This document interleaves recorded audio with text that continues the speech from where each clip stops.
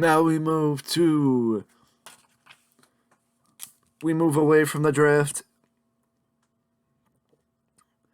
We move away from the draft and we move to new, more centralized conversations about wrestling news, including amazing news to hear, and that is that Corey Graves and Carmella are expecting their first child. So congratulations to Corey and Carmella for taking that step into parenthood.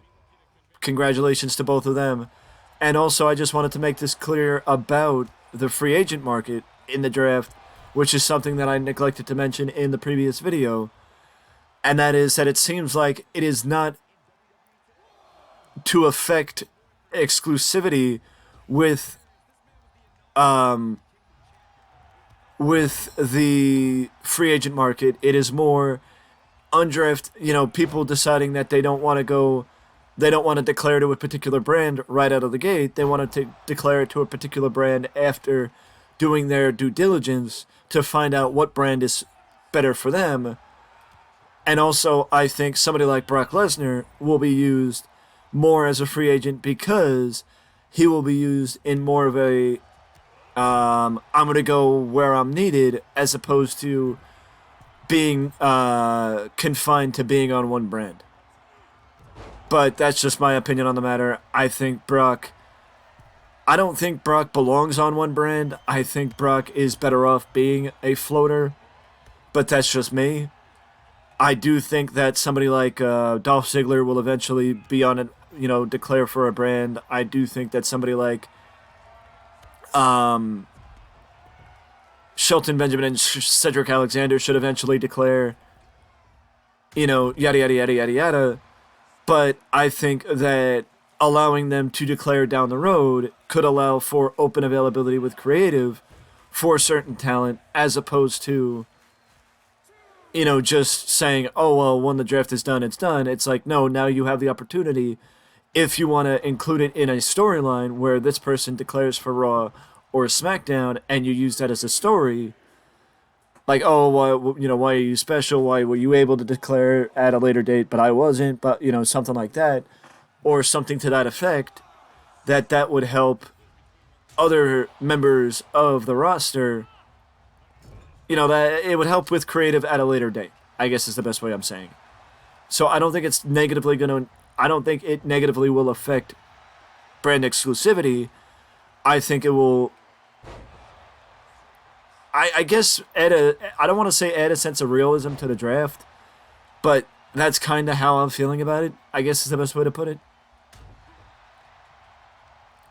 You know what I mean?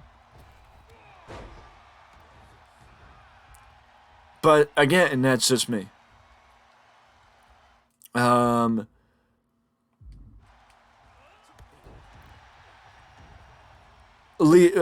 now we slide over to AEW, as we've gotten a lot of WWE news today.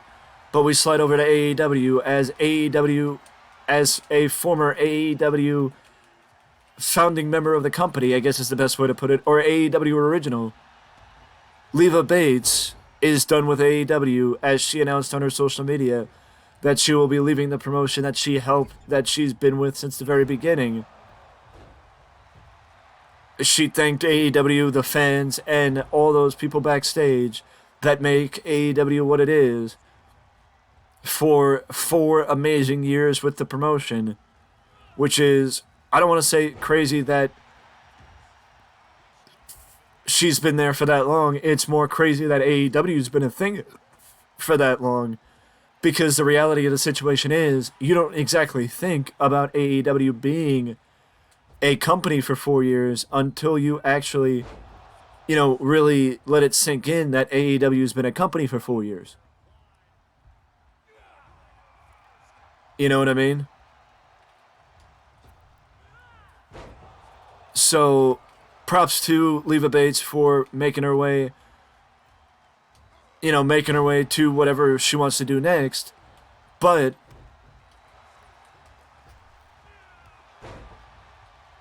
I mean,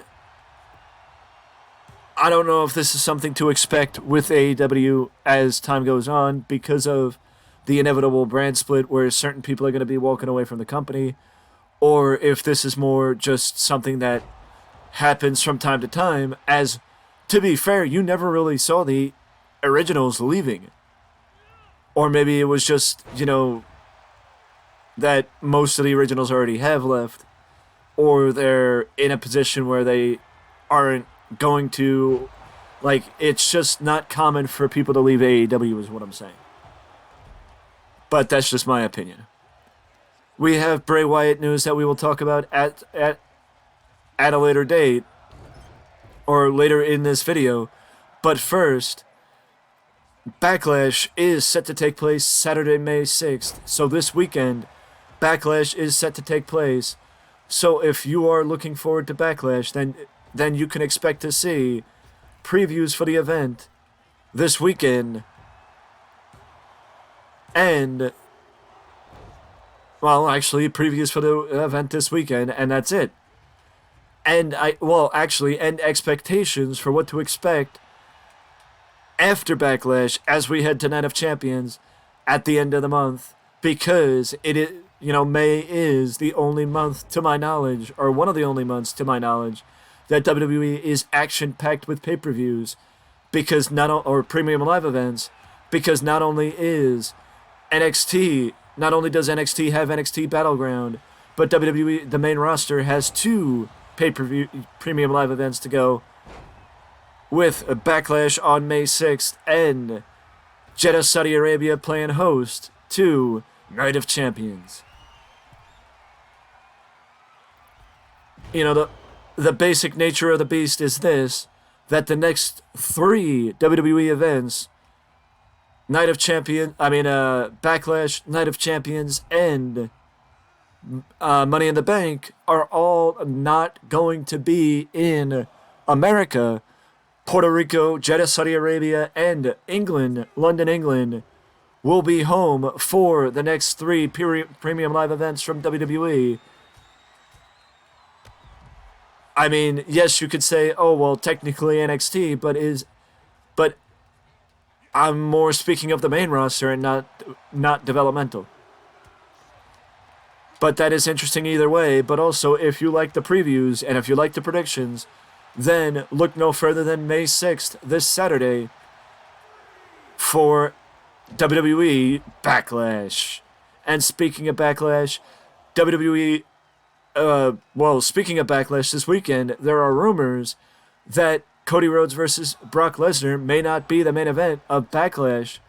Instead, the main event of Backlash might be Bad Bunny versus Damian Priest, as Bad Bunny is going home to Puerto Rico. And initially, Bad Bunny was supposed to be the host. But I don't know if he's still going to host Backlash, with the fact that he's set to compete in a match against his one-time tag team partner, Damian Priest.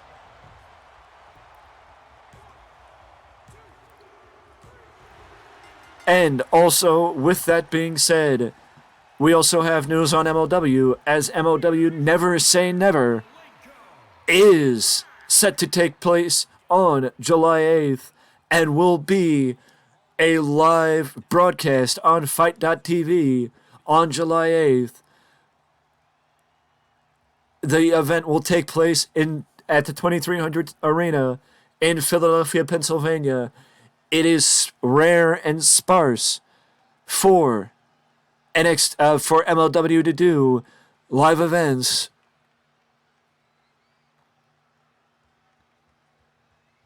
as they usually run the event and tape it to air it down the road. It is very rare for them to do live tapings.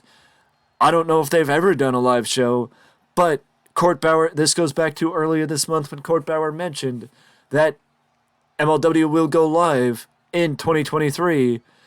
Lo and behold, the summertime is when that's happening. This coming off the heels of tonight being the season finale of MLW Underground on Reels. And right now, it is still up in the air if MLW will continue on Reels. But, Reels and MLW are in discussion for a season 2 for MLW Underground to return to the TV station. So that is something we will talk about when more information is abound. With that being said, though, props to MLW for the continued growth and treading in the right direction. Now we move to Bray Wyatt news, as Road Dogg, of all people, announced on his podcast that we could be seeing Bray Wyatt back sooner rather than later, as they hired a new writer to work exclusively with Bray, or to write for Bray. Again, it's like I said, I don't think Bray should come back until they have a clear direction for him, because it seemed like, I don't want to say they were booking week to week with him when he was here before, but it seemed like they really didn't know what to do with him, and they were just,